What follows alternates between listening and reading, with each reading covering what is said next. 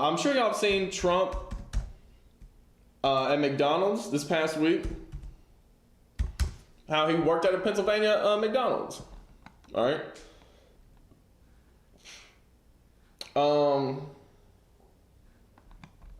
And of course, all these outlets are taking a negative twist to it, and that's not even necessarily what I want to talk about. But I'm not going to be biased in that direction, the way that NBC and CNN and CBS are biased, against Trump. And I was like, actually, McDonald's is not endorsing him, and they're not giving him permission, all that kind of stuff. But he did work at the fry station at a drive-through in Pennsylvania, right? That's what he did. When was this? This would have been October the 20th, right? So it was earlier this week, like a Monday, Tuesday, something like that. But he manned the fry station at McDonald's. Excuse me, that was on Sunday. All right. And then he held like an impromptu news conference at the window.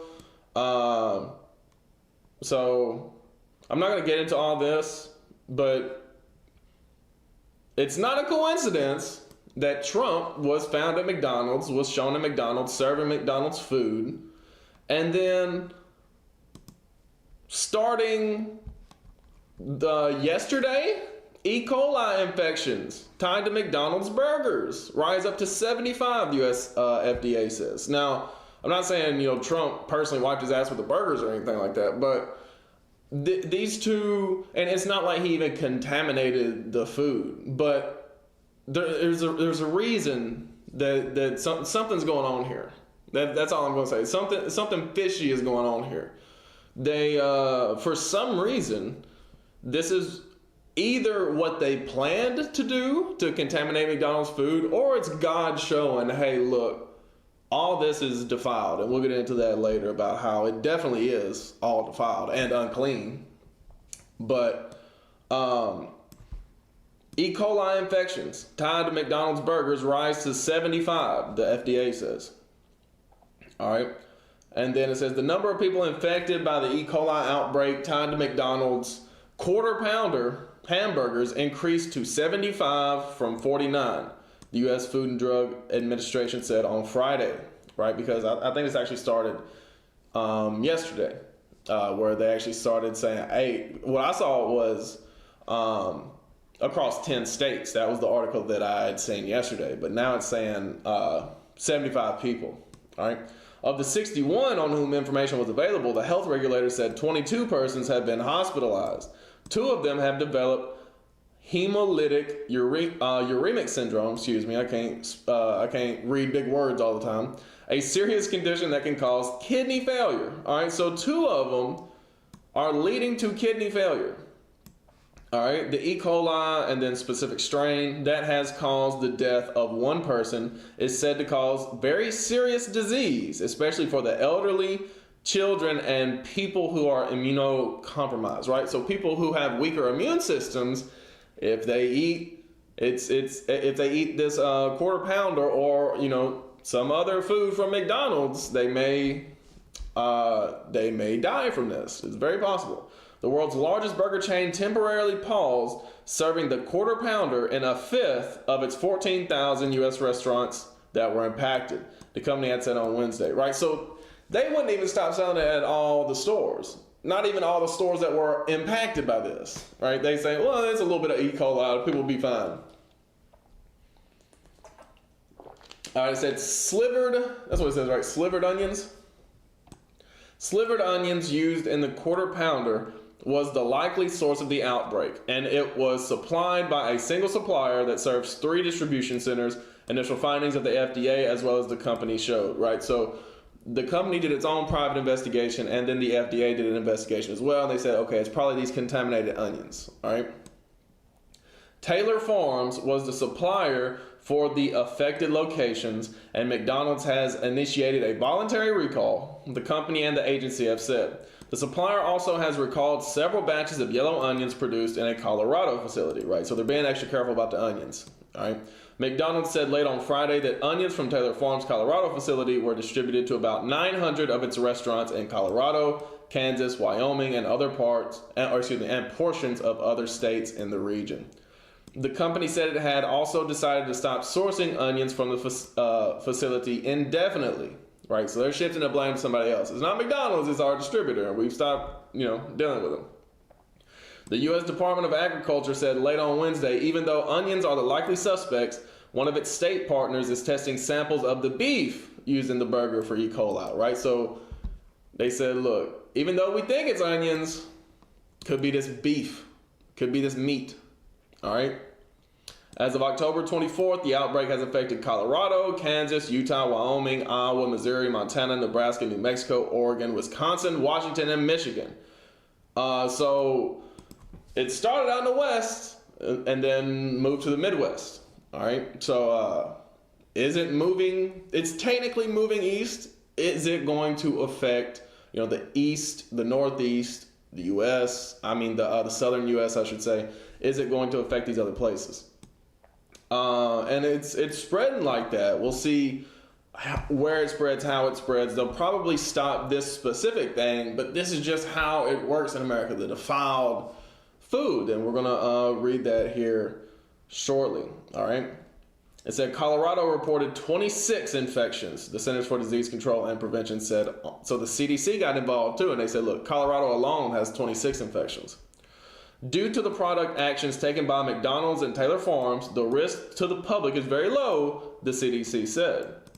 Other major U.S. fast food chains, such as Taco Bell owner Yum and restaurant brands unit Burger King, were pulling fresh onions out of their menu items. These restaurant chains also source from Taylor Farms, right? So it's not just a McDonald's thing, all right? Even though McDonald's was the ones who got caught, the ones who, are being reported on, it's other fast food brands as well that may be affected by this E. coli outbreak.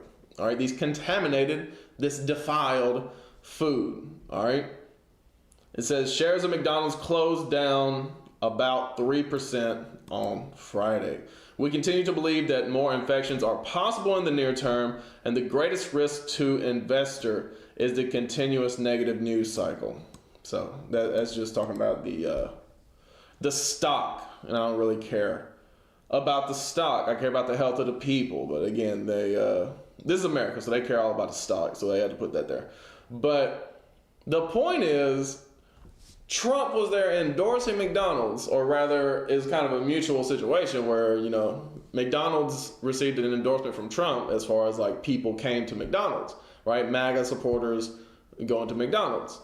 And then all of a sudden, the same week, there's an E. coli outbreak from McDonald's, even though it said that, the other fast food companies were supplied by the same farm they suspect the contaminated onions were from. Why is it McDonald's? All right. It's all defiled. It's all defiled. I just want to point that out here in Ezekiel 4. We'll start here. So it says, I want to read this whole specific situation with Ezekiel that happened. Some of y'all may not know about what happened with the prophet Ezekiel here in this case.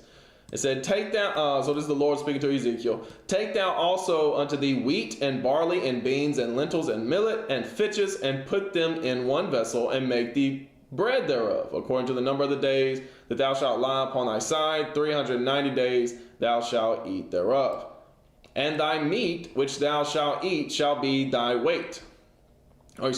Shall be by weight, 20 shekels a day, from time to time shalt thou eat it, right? So God has given Ezekiel specific instructions on what to bake, what to make here, all right?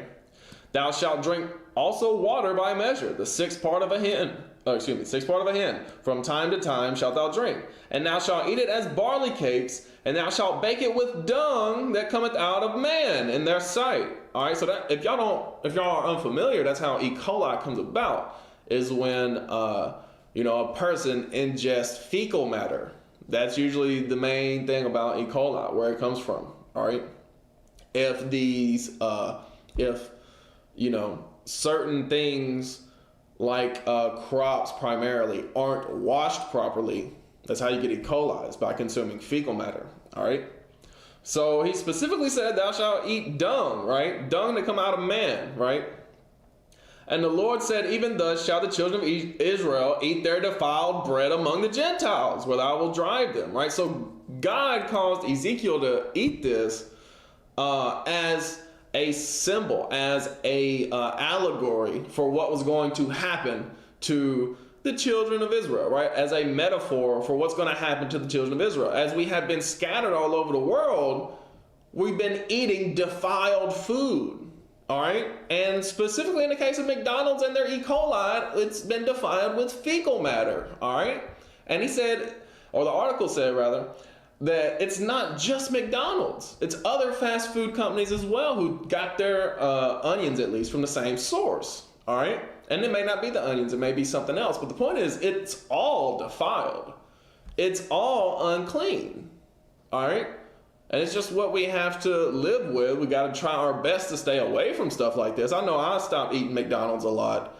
I've never really eaten it a lot, but I stopped eating McDonald's almost entirely a few years back after I saw that film, Super Size Me, right? About how it just does not really decompose the way that food is supposed to. All right, it's defiled. It's not real food.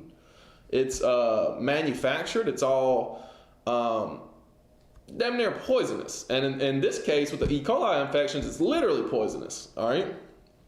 And, verse 14. So this is how Ezekiel responded.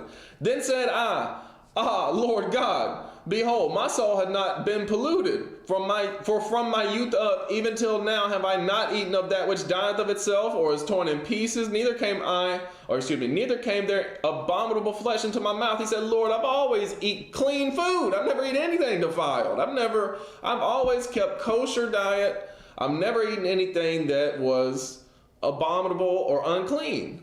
Then he said unto me, lo, I have given thee cow's dung for man's dung, and thou shalt prepare thy bread therewith. He's like, you know what? You're right, Ezekiel. I ain't going to make you eat human feces. You can eat cow dung instead.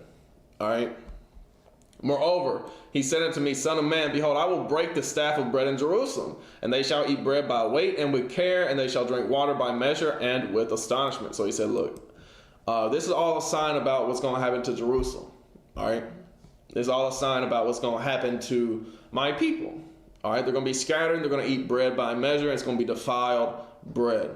All right, that they may want bread and water and be astonished one with another and consume away for their iniquity. Right, that we may consume away at higher rates in our iniquity. All right, so be on the lookout for this defiled food. All right, it is always going to be safer and more healthy for you to, buy food from the store or from a local restaurant where you know what the ingredients are and where they're getting the ingredients. But all this it's still all going to be defiled anyway, because America is defiled and unclean. All right, so I think it's in Ezekiel as well. In Ezekiel, I don't think it's 22. Ezekiel 22. About where is it at right here? Yes.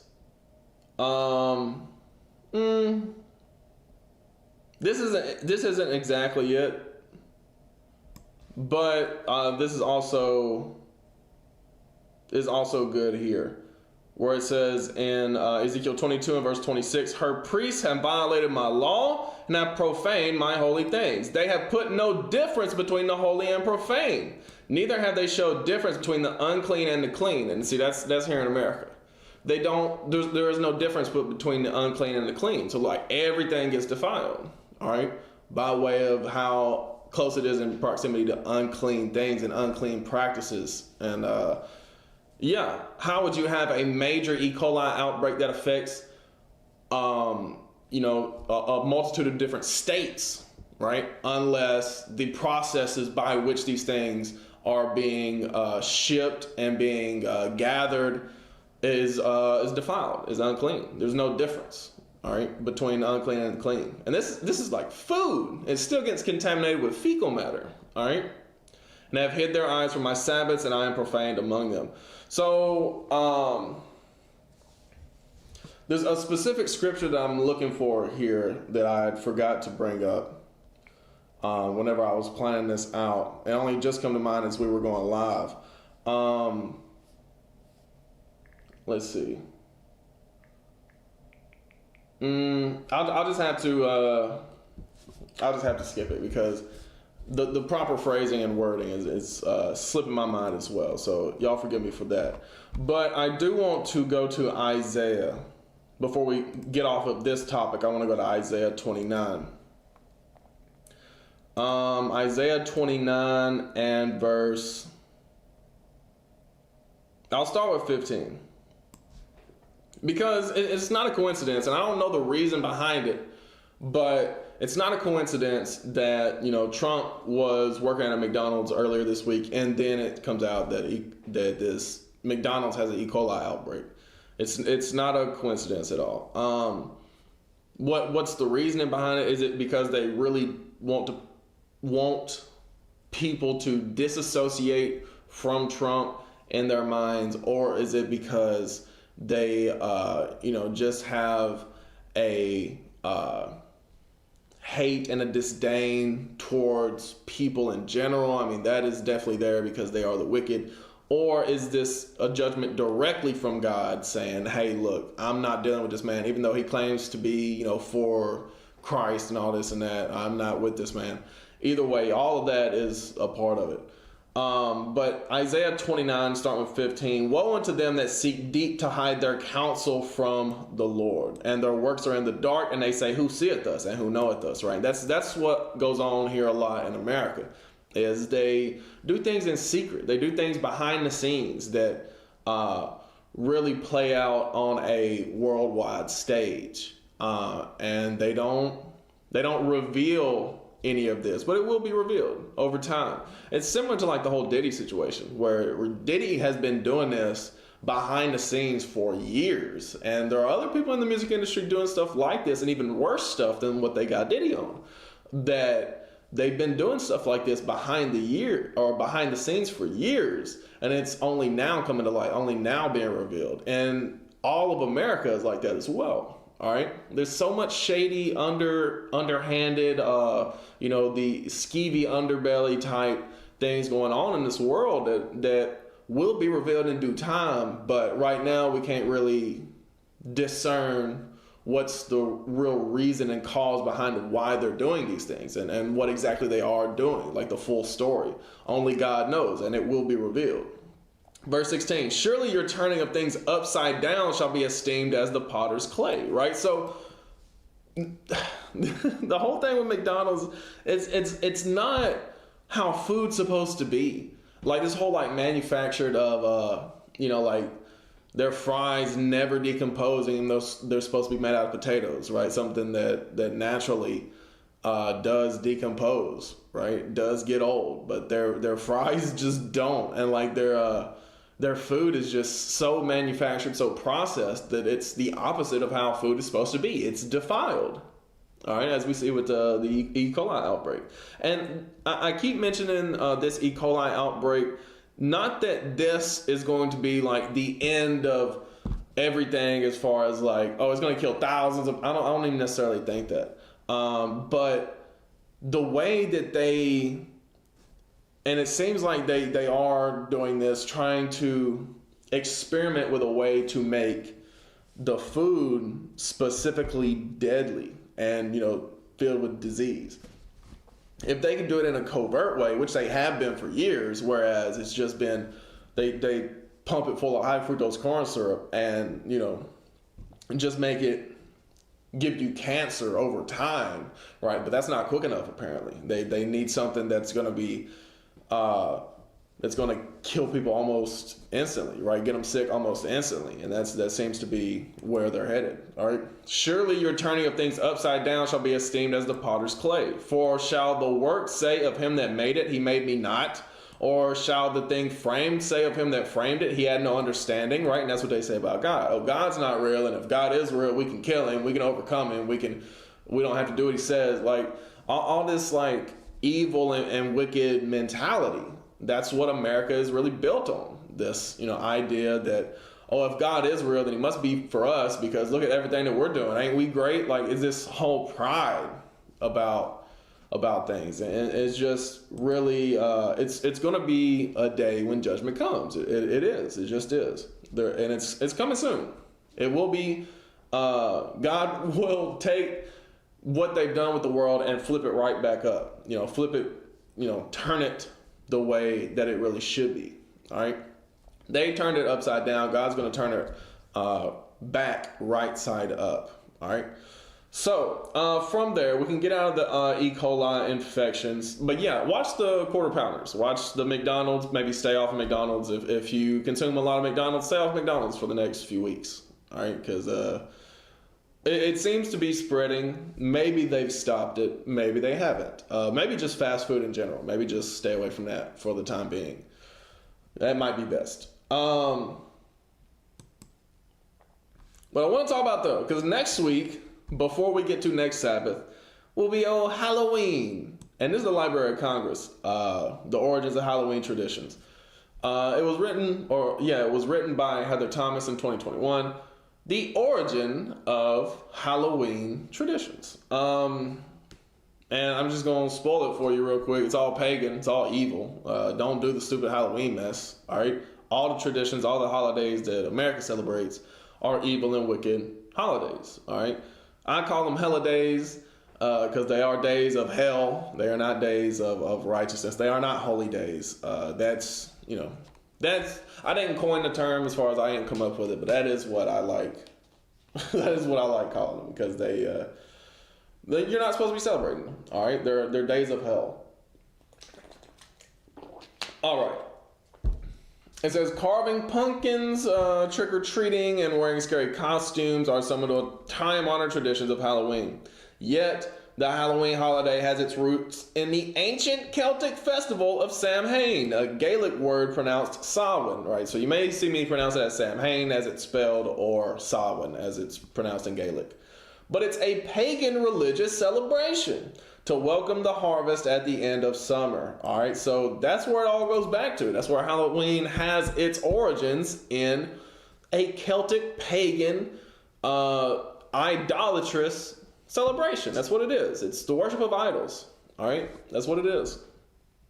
All right, a pagan religious celebration to welcome the harvest at the end of summer when people would light bonfires and wear costumes to ward off ghosts. Right, that's why they would wear the costumes, because they were trying to scare the spirits away. All right. In the 8th century, meaning the 700s, Pope Gregory III designated November 1st as a time to honor saints. Soon after, All Saints' Day came to incorporate some of the traditions of Samhain. So that's what Christianity really is. And we talked about this when we talked about why, or rather when we got to the end of Bible History 101, if you was watching that. That's how and why Israelites in the truth, quote unquote, don't follow the ways of Christianity. Why I specifically do not follow the ways of Christianity, because after it was around 200s, maybe it was the 300s. I think it was like whenever the Council of Nicaea was, 300s. I think they decided on doctrine at a council. All the Christian leaders of different congregations over there around Europe and the East in general, they came together and they decided on doctrine that a whole bunch of different things, but they decided that that Christianity should incorporate pagan traditions to try to appeal to pagans, and that's the course that's the path that Christianity went down through the Middle Ages, was incorporating pagan traditions into biblical characters and themes, mainly Christ, and just calling them Christian names, but incorporating pagan and idolatrous customs and practices. All right, that's what you see with Halloween. That's what you see with Christmas. Thanksgiving is its own wicked, day of celebrating the death and the genocide of the indigenous, of the Israelites that were already over here. But when it comes to all the Christian days, these Christian holidays that people celebrate today, it's all based on pagan and idolatrous origins. All right, it's the same thing with Halloween. All right. So Pope Gregory III in the 700s designated November 1st as a time to honor saints. Soon after, All Saints' Day came to incorporate some of the traditions of Samhain. The evening before All Saints' Day was known as All Hallows' Eve, and later Halloween. Right, so that's where the name comes from. Halloween is a short, or is a different way of saying Hallows' Eve. Here is a look at the origins of some of the classic Halloween traditions we know today. All right. So it says carving jack-o'-lanterns. The tradition of carving jack-o'-lanterns originated in Ireland using turnips, instead of pumpkins. It is allegedly based on a legend about a man named Stingy Jack who repeatedly trapped the devil and only let him go on the condition that Jack would never go to hell. But when Jack died, he learned that heaven did not want his soul either, right? Because he's doing some witchcraft type stuff to trap the devil. So he was forced to wander the earth as a ghost for eternity. The devil gave Jack a burning lamp of coal and a carved out turnip to light his way, right? So the devil helped, the devil give this, man practicing witchcraft, he give him a jack-o'-lantern to light his way. All right. Locals eventually began carving scary faces into their own turnips to frighten away evil spirits. Right. So again, it's a witchcraft thing. Same as putting on the costumes is a witchy kind of way to scare off ghosts and spirits. The same thing with jack-o'-lanterns. All right. It's a witchcraft type of way to scare off evil spirits. All right. So this is about seeing ghosts. The festival of Samhain marked the transition to the new year at the end of the harvest and beginning of the winter. Celtic people believed that during the festival, spirits walked the earth. Later on, Christian missionaries introduced All Souls Day on November 2nd, which perpetuated the idea of coming in contact with the dead around the same time of year. So again, you see how there was already a pagan tradition and practice, but then Christianity incorporated that, called it something different. All right. So again, this is why Christianity is not looked at very highly in the Bible. Christ talking about there's going to be false Christs, right? The book of Revelation calls, the teachers of this Christianity false prophets, all right? And the religion as a whole as the false prophet, all right? In order to avoid being terrorized by all the evil spirits walking the earth during Samhain, the Celts donned disguises in order to confuse the spirits and be left alone, right? And we read that earlier in the preface, all right? That they would wear the costumes, right, to ward off evil spirits, all right?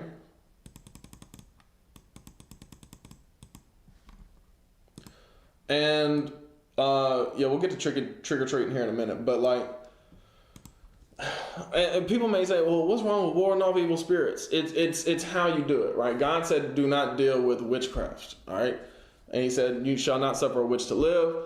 He also said there is no enchantment against Israel, right? So the evil spirits cannot bother you if you truly walk in the light. So you don't need the costume. You don't need to do these, you don't need the jack-o'-lantern. You don't need to do these wicked things to ward off evil spirits. I know that's not why people do it these days. They do it just because it's tradition. And we'll get into that here in a minute. But you can't separate the tradition from its origin. All right? And we're kind of talking about this. We were kind of talking about this in Bible History 101 this past week when we was talking about the Passover, right? All of God's holy days that he ordains, the whole point of them is to remember the origins of it. All right? That's why he ordained them in the first place, so that you can remember the origins of it. So any cult, custom, practice, or tradition, it's always going to be tied to the origin of it.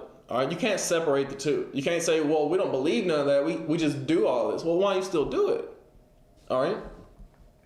But anyway, trick-or-treating. There's much debate around the origins of trick-or-treating, but generally there are three theories. The first theory suggests that during Samhain, Celtic people would leave food out to appease the spirits traveling the earth at night. Over time, people began to dress as these unearthly beings to exchange for some similar offerings of food and drink, right? So it's to appease the spirits, right? That's one theory. It's to appease the spirits. The second theory speculates that the candy boon stems from the Scottish practice of guising, which is a secular version of souling during the Middle Ages. Generally, children and poor adults would collect food and money from local homes in return for prayers and for the dead. Prayers for the dead. That's some necromancy type stuff. on All Souls Day. Geysers dropped the prayers in favor of non-religious practices with the inclusion of songs, jokes, and other tricks, right? So that's where the trick or treat comes from. You could do a song, dance, joke, or, give me something. A third theory argues that modern American trick-or-treating stems from bell-snickling, a German-American Christmas tradition where children would dress in costume and then call on their neighbors to see if the adults could guess the identities of the disguised. In one version of the practice, the children were rewarded with food or other treats if no one could identify them, right? So it's probably not this third one just because that's a Christmas tradition. And I guess it's possible it could jump from one holiday from the other to the other, but that's usually not the case. It's probably has something to do with a mix between the first and second theories, right? Because, as we've read so far, a lot of Halloween customs and traditions come from the mix of, Samhain, the Celtic Samhain, Samhain, and, what the Catholics introduced into the Samhain traditions, right? The Celtic traditions. So it's probably a combination of 1 and 2 here, right? That originally the Celts would wear disguises to kind of like appease the spirits or ward off the spirits, and then it's everybody likes to feel good about helping people, right? So they see the people come by in the costumes, maybe the people are asking for something, and then you would give them something. The black cats. This isn't really Halloween. It's just the idea that black cats are spooky.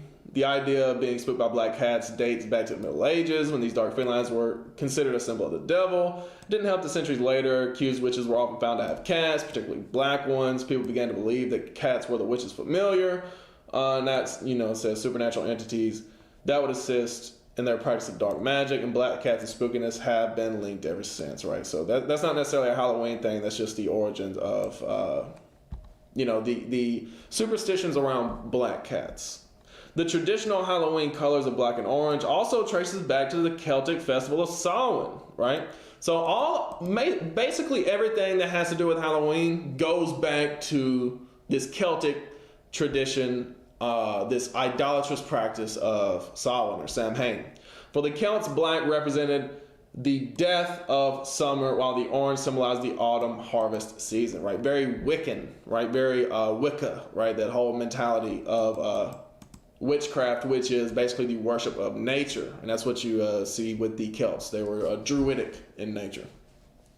The game of bobbing for apples. Now, I want to point out this one specifically because it's a little different than what we read so far.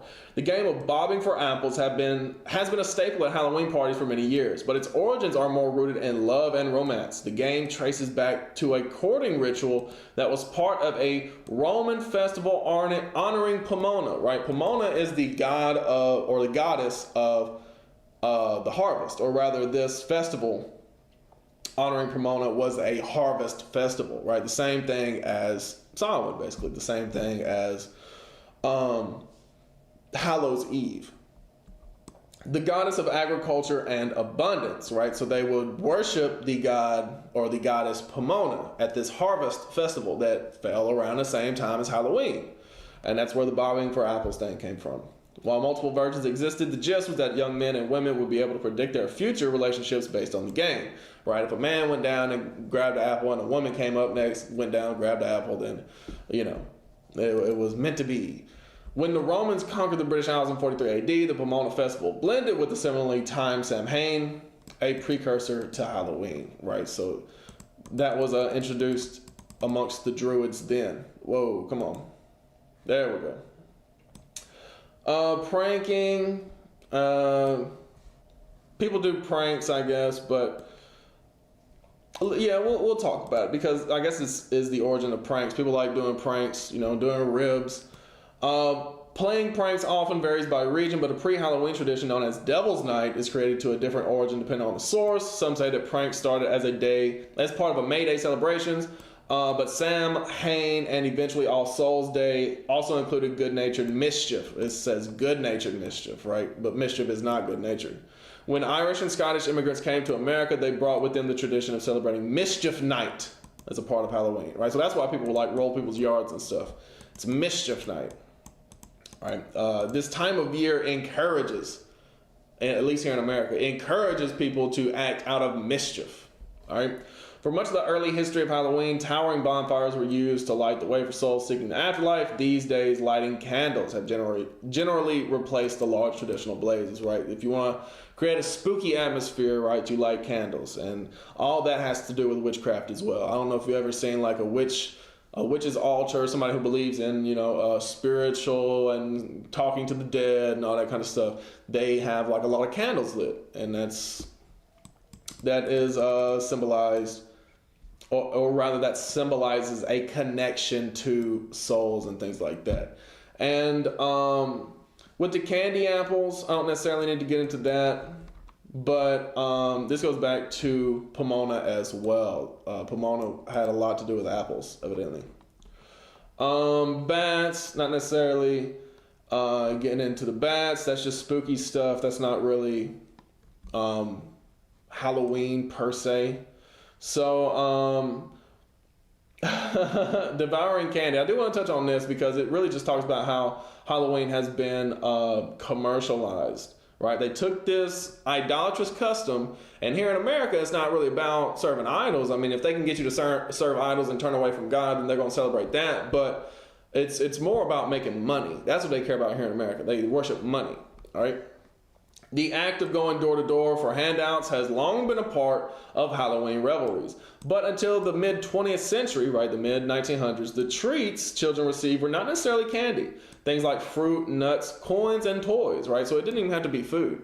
It was coins and toys as well. Were just as likely to be given out. Trick-or-treating rose in popularity in the 50s, and it inspired candy companies to market small, individually wrapped candies.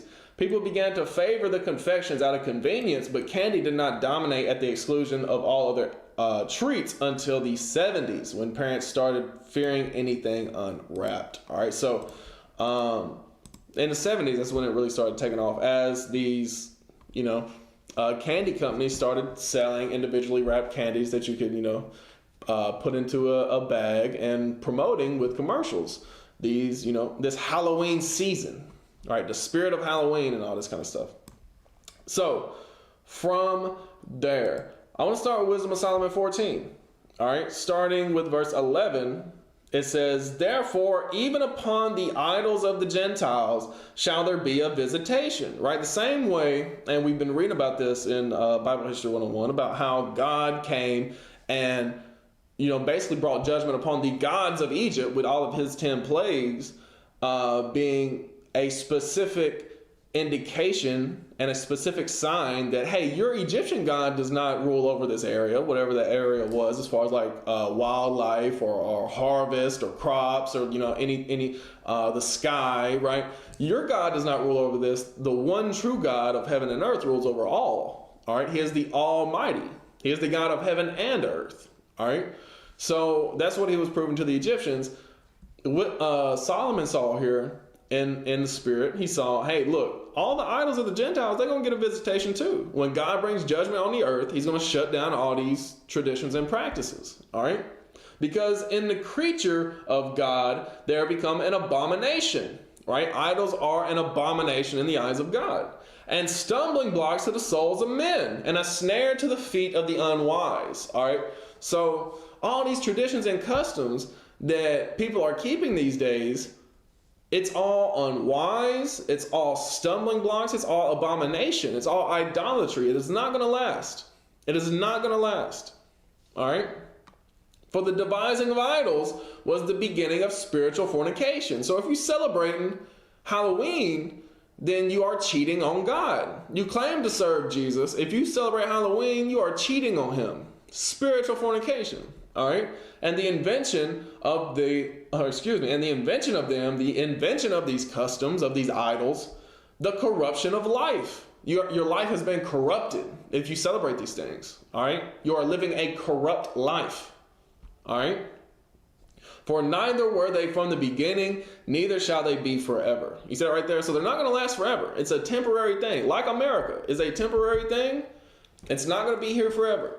These Halloween customs, these, holidays here in America, it's all temporary. It's not going to last forever. All right? It's not going to last forever. All right?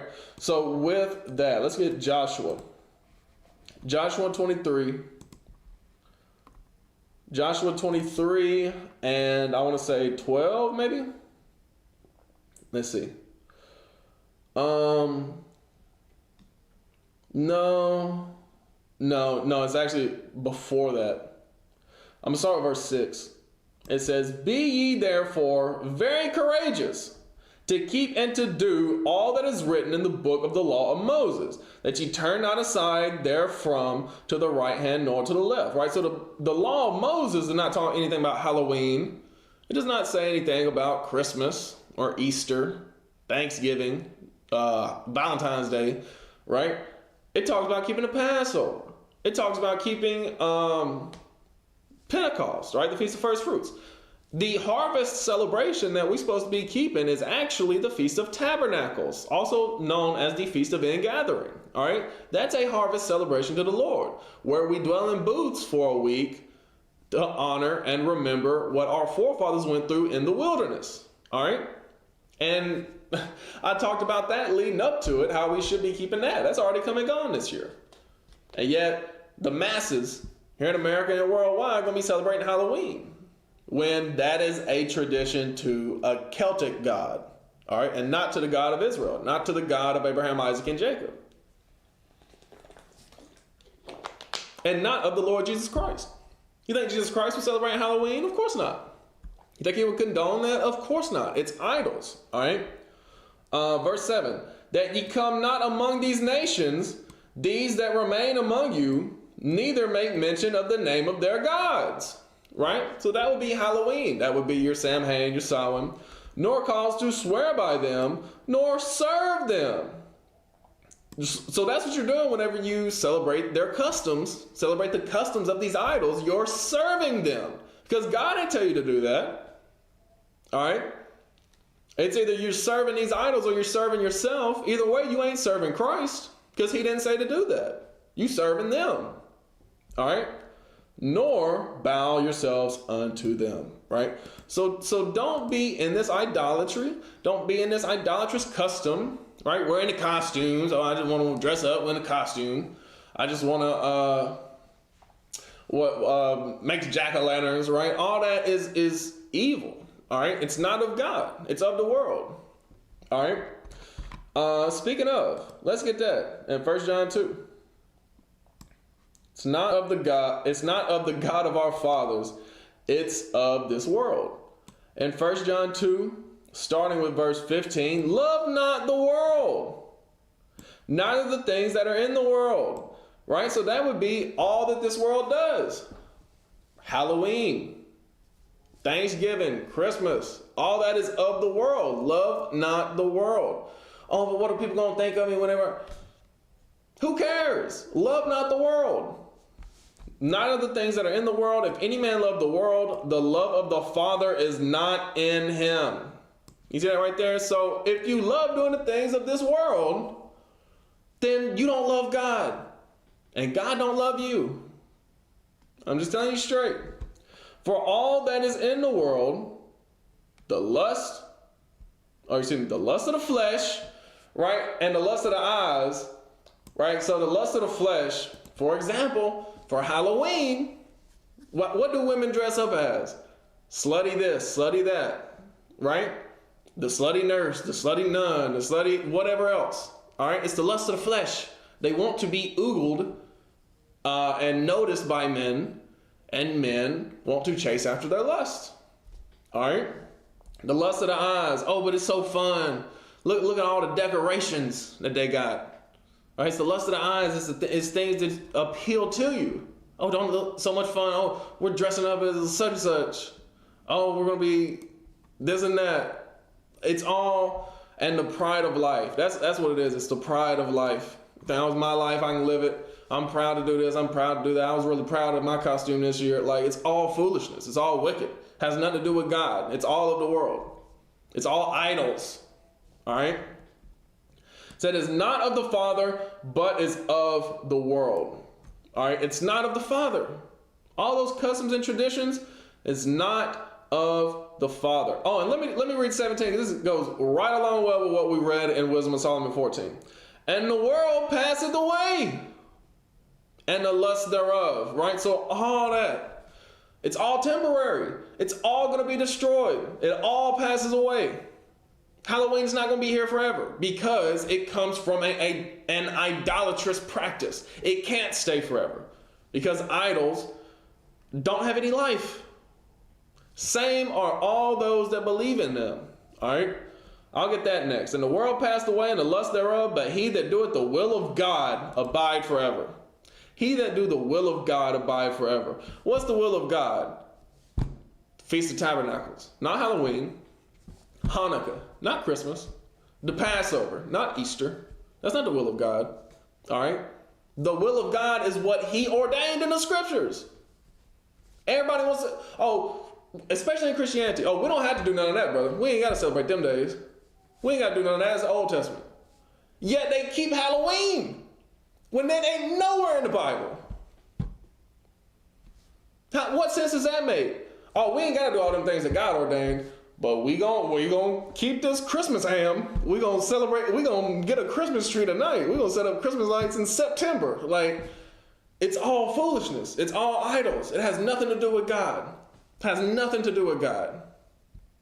We ain't got to celebrate what God ordained in the scriptures, but we'll celebrate what the Catholics ordained with Halloween. That was ordained in the 700s, but we'll keep that though. It's all foolishness. All right. In Psalms, I believe it's Psalms 145, about idols and the people who worship idols. All right. Psalm 145, I think it is. Let me look. It says, where is it at? Maybe it's not Psalms 145. Maybe it's 146. Excuse me. No, I'm tripping. It's somewhere around in here though. Is it 144 or 143? Maybe 143. Y'all give me a minute. I didn't have this one written down. It just come to mind. It's not gonna be 143. Y'all, like I said, give me a minute. Give me a second. It's in the Psalms. It may be in the Psalms 130s actually. Give me one second. Yeah, it's not gonna be 144.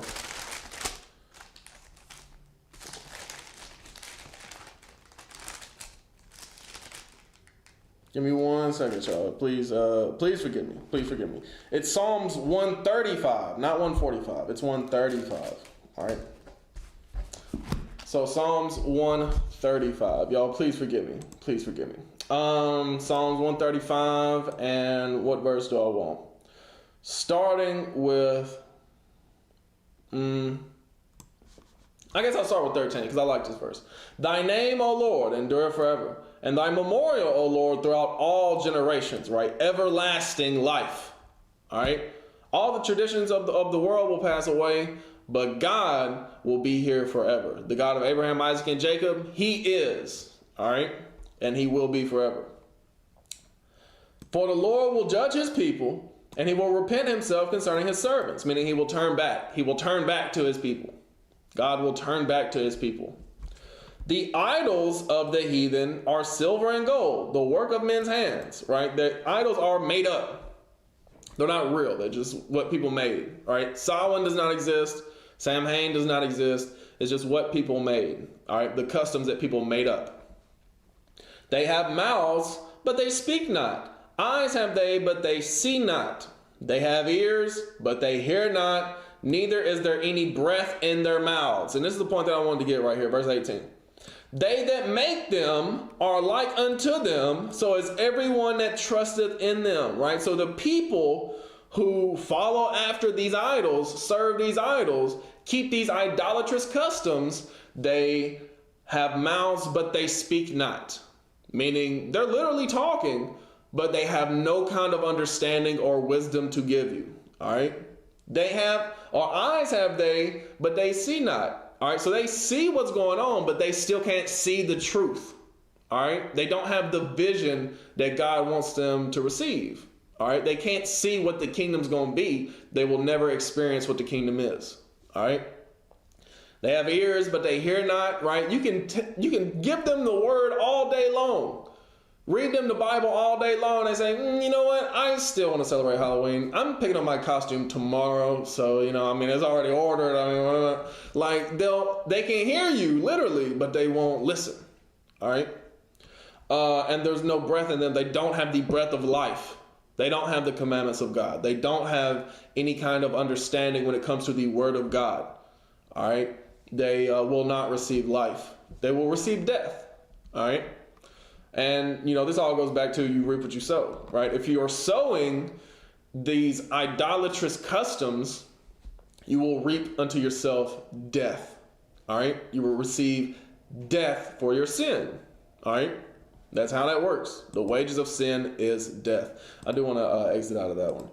But let's get Exodus 20. Let's have Exodus 20. This is the 10 Commandments. Everybody said they know the 10 Commandments. Starting with verse 1. And God spake all these words, saying, I am the Lord thy God, which have brought thee out of the land of Egypt, out of the house of bondage. Thou shalt have no other gods before me. This whole Halloween all comes from another God. If you want to serve the God of the Bible, you can't be serving Halloween as well. You can't be celebrating Halloween. Because God did not ordain that. Another God did, right? Even though that God doesn't exist, people ordained this instead of God. All right? He goes into making specific idols. But verse 5, thou shalt not bow down thyself to them, nor serve them, right? We already went into how this is serving another god. Is serving Samhain, Samhain, whatever you want to call him, a Celtic god. That's and Pomona, right? A Roman god. That's what all this is. For I, the Lord thy God, am a jealous God, visiting the iniquity of the fathers upon the children unto the third and fourth generation of them that hate me, and showing mercy unto thousands of them that love me and keep my commandments. Right? So people say, well, what about the kids? You got to think about the kids. We're doing this for the kids. You are cursing your children by doing this. By bringing them up in these customs, you are cursing them for generations to come. That's why God said he would visit the iniquity of the fathers upon the children. Now, he later goes on to say in Deuteronomy that children won't be punished for their father's iniquities. So what is he talking about here? If the child grows up and repents from the sins of their fathers, then he won't judge that child. But since you are bringing your children up in these wicked traditions and these evil customs, you are perpetuating that curse. You are perpetuating the judgment from God. You are bringing judgment from God upon your children because they are following in your iniquity, in your footsteps. If you want to stop the cycle of generational curses, which I've heard a lot of people talk about, then you have to come out of these sins and not put them upon your children. All right? Because it said that he shows mercy unto thousands of them that love me and keep my commandments, right? So if you want to show that you love God instead of these idols, keep his commandments. It's very simple. Keep God's commandments. That's how you show you love him. All right. From there, let's get Colossians. Colossians 2 and 8. Colossians 2 and verse 8. And this just goes across the board for all these traditions that are, celebrated here in America. Because America does not do anything godly, doesn't promote anything righteous. All right, it's all wickedness over here. All right, it says Babylon. It's Babylon the Great, spiritual Sodom, spiritual Egypt, and all that is evil and wickedness and idolatry. All right. So in Colossians 2 and 8, it says, beware lest any man spoil you through philosophy and vain deceit, after the tradition of men, after the rudiments of the world, and not after Christ. You see that right there? So the traditions of men and the rudiments of the world are not after Christ. It's not of God. It's not of Christ. All right, to be celebrating Halloween, to be celebrating any of these days that America perpetuates. If it's not ordained in the Bible, then don't celebrate it. It's that simple. All right.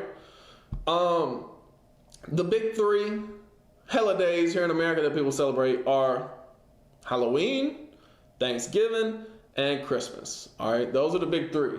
All right, they come towards what they call the holiday season, right? Towards the end of the Gregorian year, the Gregorian calendar, which I've talked about before. That's not the real calendar, and we just talked about it in Bible History 101 this week, that Abib is actually the beginning of the year, right? When plants spring forth, that's the beginning of the year. But what else is celebrated here in America? You really only get like one holiday a month, if that. Are there even 12 that people celebrate?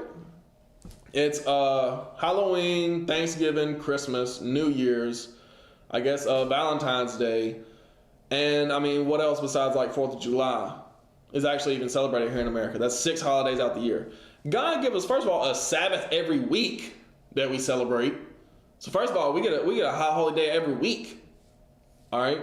Then we get the new moon every month. All right. So that's plus, not only the 52 Sabbaths that we get that we get a year, the 52 Sabbaths that we get a year, but also we get 12 new moons that we celebrate. Not only that, we have our seasonal feasts. The big three that's in the Bible is the Passover, the Pentecost, and the Feast of Tabernacles. All right, that's what God give us. All right, He give us that spring week-long celebration. The Pentecost is only one day, but still worthy celebration. And then a whole week-long camping trip and come harvest season, right? The 7th month of the year. So. And not only that, later was ordained Hanukkah, we get Purim, we get so many high holidays, so many feast days throughout the year, that why would you not want to do that? If you want to do it for the kids, then why don't you give your kids all, the more days to celebrate? If that's what you're doing it for, we only do it for the kids, give them more. You want more for your children, right? God gives us more days to celebrate. I don't understand this whole mentality of, no, we're just gonna do things for the world. And really, I say I don't understand it. I know what it is. And it's this right here that's mentioned in Jeremiah 2. This is the reason why you do it, really. In Jeremiah 2, it's because everybody else is doing it. That's really why you're doing it. It's not, I'm doing it for the kids or, my parents. No, you're doing it because everybody else is doing it. And Jeremiah 2 and verse 33, it says, why trimmest thou thy way to seek love? Right? Because you may hear this and you may think within yourself, yeah, you're right, but, what is everybody else going to think? And if you really care about what everybody else is going to think, okay, you can die alongside everybody else. Because that's what God is saying in the scriptures. Straight is the gate, narrow is the way, few there be that find it. The chosen are going to be few. It's only few people that's going to stand up against the world and say, I'm not going to do everything that y'all doing. I'm going to do what God says to do. It's only going to be a few. Broad is the way that lead to destruction, and many there be that go in thereat, right? So, well, what is everybody else going to think? Okay, die alongside everybody else. Everybody else going to think that fire really hot. Hey, if you want to be like that, hey, you're going to think that fire really hot too. Why trimmest thou thy way to seek love? Therefore, thou hast also taught the wicked ones thy ways, right? So you think, I'm just doing this so you get along with such and such, and, I don't necessarily want to do this. The other ones think, okay, well, that's okay because such and such is doing it.